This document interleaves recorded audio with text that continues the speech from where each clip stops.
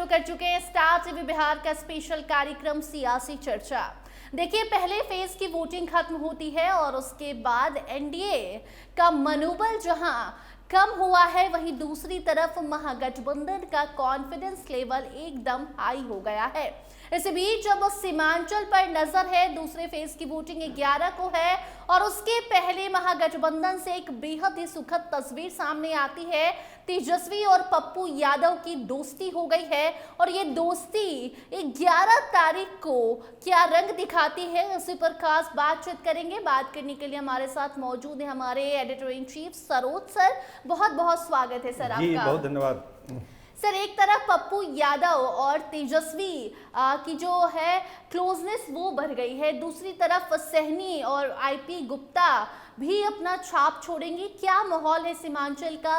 दूसरे फेज की वोटिंग 11 को होनी है, उसके पहले महागठबंधन और भी ज्यादा मजबूत होते दिख रही है। देखिए, अब सारी नजरें लग गई है सीमांचल के इलाके में और चंपारण के इलाके में। तो सीमांचल की हम चर्चा कर रहे हैं और जो तस्वीरें आप अपनी स्क्रीन पर देख रहे हैं वो क्या कहता है। तेजस्वी यादव के कान में पप्पू यादव कुछ बोल रहे हैं। अभी 1-1.5 महीना पहले इसकी कोई कल्पना नहीं कर सकता था कि इस तरह की भी तस्वीर आएगी, लेकिन चुनाव कुछ जो न कराए और वही हो रहा है सीमांचल में। तो महागठबंधन के लिहाज से एक बहुत ही पॉजिटिव तस्वीर, एक पॉजिटिव घटना। और देखते बगल में आईपी गुप्ता भी हैं, अपना चुनाव सहरसा से उलझ के आए हैं। पूरा बिहार अब घूमेंगे तेजस्वी यादव के साथ।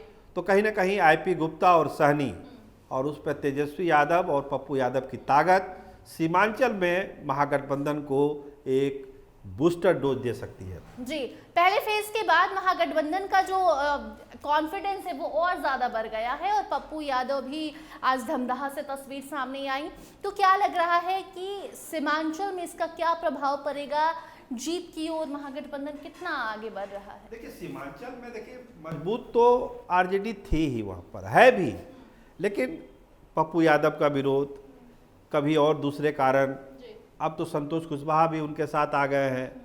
और सबसे बड़ी बात, कांग्रेस का पूरा समर्थन अब है तेजस्वी यादव के साथ। क्योंकि पहले फेज के बाद जो आपने ठीक कहा कि इन लोगों को अब लग रहा है कि हम लोग सरकार बना सकते हैं, अब बिहार में हम बदलाव कर सकते हैं। कल तेजस्वी के फेसबुक पोस्ट पर भी जो उनका बॉडी लैंग्वेज था वो यही बता रहा था कि अब तो हम लोग एक कदम और हम लोग को चलना है, बाकी तो हमने रास्ता तय कर लिया है।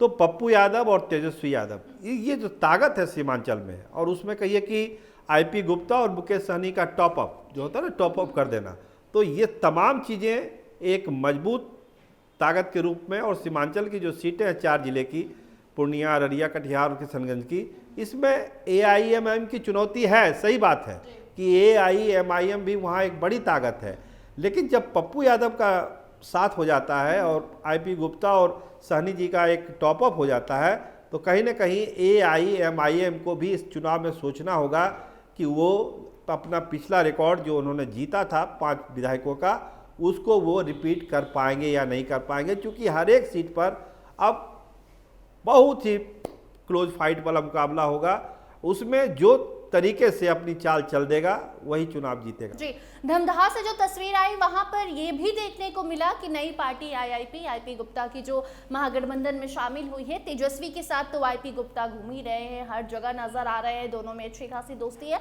लेकिन पप्पू यादव सिर्फ तेजस्वी नहीं बल्कि आईपी गुप्ता को भी जो दर्जा देना चाहिए काफी इज्जत दे रहे हैं। तो इससे आईपी गुप्ता के वोट बैंक, मतलब आईपी गुप्ता का जो वोट बैंक है वो भी ट्रांसफर होगा इधर, क्या प्रभाव छोड़ेंगे? बंदना जी, इसमें बात ये है कि गुप्ता जी तो पैन बिहार उनका वोटर है, केवल कुछ सीटों पर तो वोटर है नहीं।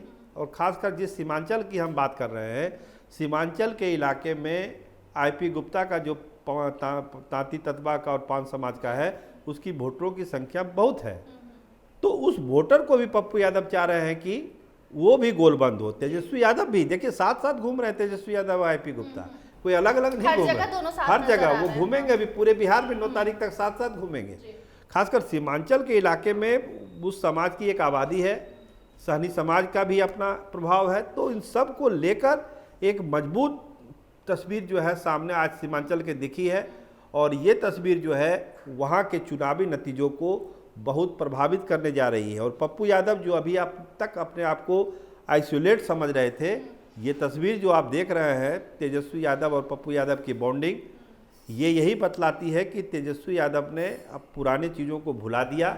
पप्पू यादव ने तो पहले ही भुला दिया था, लेकिन अब तेजस्वी यादव ने भी, चूंकि मुख्यमंत्री उनको बनना जी, पप्पू यादव तो हमेशा से कुर्बानी देने के लिए तैयार रहते हैं। इस तो उनको समझाया सब लोगों ने कि मुख्यमंत्री तो तेजस्वी यादव को बनना है, पप्पू यादव को नहीं बनना है। तो पप्पू यादव से फिर क्या दुश्मनी है, उनको तो साथ लेके चलिए। तो आज जो तस्वीरें आप दिखा रही हैं अपने दर्शकों को, यही तस्वीर तय कर देगी कि सीमांचल में कौन आगे होगा और कौन पीछे होगा। और ये तस्वीर अगर बनी रही, मेरा कहने का मतलब ये रिश्ता अगर और मजबूत होता गया सीमांचल में, तो नो डाउट महागठबंधन एक बड़ी ताकत के रूप में सीमांचल में उभरे। जी, एक आखिरी सवाल ये भी कि सीमांचल में तो महागठबंधन की मजबूती दिख रही है, तैयारी पूरी है, पप्पू यादव भी साथ आ गए हैं, लेकिन इसका असर बाकी और सीटों पर भी क्या पड़ने वाला है, या फिर बाकी और जो सीटें हैं 122 सीटों पर जो दूसरे चरण में चुनाव होने वाला है, तो भाई अब जैसे मधेपुरा में भी, जैसे मधेपुरा में भी चुनाव होना है, समझिए वहाँ भी पप्पू यादव का अपना प्रभाव है। ओवरऑल हर जगह प्रभाव है, लेकिन मधेपुरा तो उनका गृह जिला है, तो वहाँ तो प्रभाव है ही। पूर्णिया में भी प्रभाव है ही, पूर्णिया मधेपुरा से वो सांसद रह चुके हैं, तो प्रभाव तो है ही उनका। पूर्णिया को भी वो गृह जिला मानते हैं, मधेपुरा को भी वो अपना गृह जिला। बाकी और सीटों पर भी इसका प्रभाव अच्छा देखने को मिलेगा। तौर पर पड़ेगा। ये जो अब कॉम्बिनेशन आपको दिख रहा है ना, पप्पू यादव, आईपी गुप्ता, मुकेश सहनी और तेजस्वी यादव, ये चारों जो है, और कांग्रेस का सपोर्ट, सबसे बड़ी बात है राहुल गांधी और प्रियंका गांधी का सपोर्ट। ये अगर 5 पांडव इधर हैं तो समझिए कि 5 पांडव उधर भी अब हो गए हैं। इसलिए पांडव वर्सेस पांडव की लड़ाई है। अगर 5 चेहरा इधर है तो 5 चेहरा महागठबंधन की तरफ है, तो पांडव वर्सेस पांडव की लड़ाई हुई। अब कौन धर्म का युद्ध लड़ रहा है, कौन अधर्म का युद्ध लड़ रहा है, ये तो 14 तारीख को जनता तय कर देगी। तेजस्वी ने डैमेज कंट्रोल कर लिया है, क्योंकि सीट शेयरिंग के बाद जो माहौल बना था, कहा जा रहा था कि तेजस्वी ने सीट शेयरिंग में गड़बड़ी कर दी, सही से तालमेल नहीं बैठ पाया, जो बना था माहौल वो खत्म हो गया। लेकिन फर्स्ट फेज का जो अभी वोटिंग कल खत्म हुआ है, उसके बाद अब और धीरे धीरे लग रहा है कि सब कुछ तेजस्वी ने मैनेज कर लिया है। तेजस्वी यादव को फर्स्ट फेज के पोलिंग के बाद ऐसा लग रहा है कि जनता बदलाव चाह रही है। सीट शेयरिंग में जो गलती हुई, बाकी चीज़ों में जो गलती हुई, अपनी जगह पर है, लेकिन अब इन लोगों को ऐसा महसूस हो रहा है कि जनता ही बदलाव के मूड में है, तो हम अपना ईगो को थोड़ा सा साइड कर दें। तो आज पप्पू यादव के साथ जो मीटिंग सब चल रही है और आगे भी जो चलेगी, वो इसी का नतीजा है कि तेजस्वी यादव ने पुरानी बातों को भुलाया है और अब नए समीकरण बना के चल रहे हैं। तो ये नया समीकरण जो है, पप्पू यादव का साथ, कांग्रेस का साथ, आईपी गुप्ता का साथ, मुकेश सहनी का साथ, ये कहीं ना कहीं तेजस्वी के ताकत को डबल करता है। और यही डबल ताकत जो है 11 तारीख वाला जो आपका मतदान होगा, आप देखिएगा इसका रिफ्लेक्शन उस दिन आपको दिखेगा। जी, बहुत बहुत धन्यवाद सर। जी, बहुत धन्यवाद।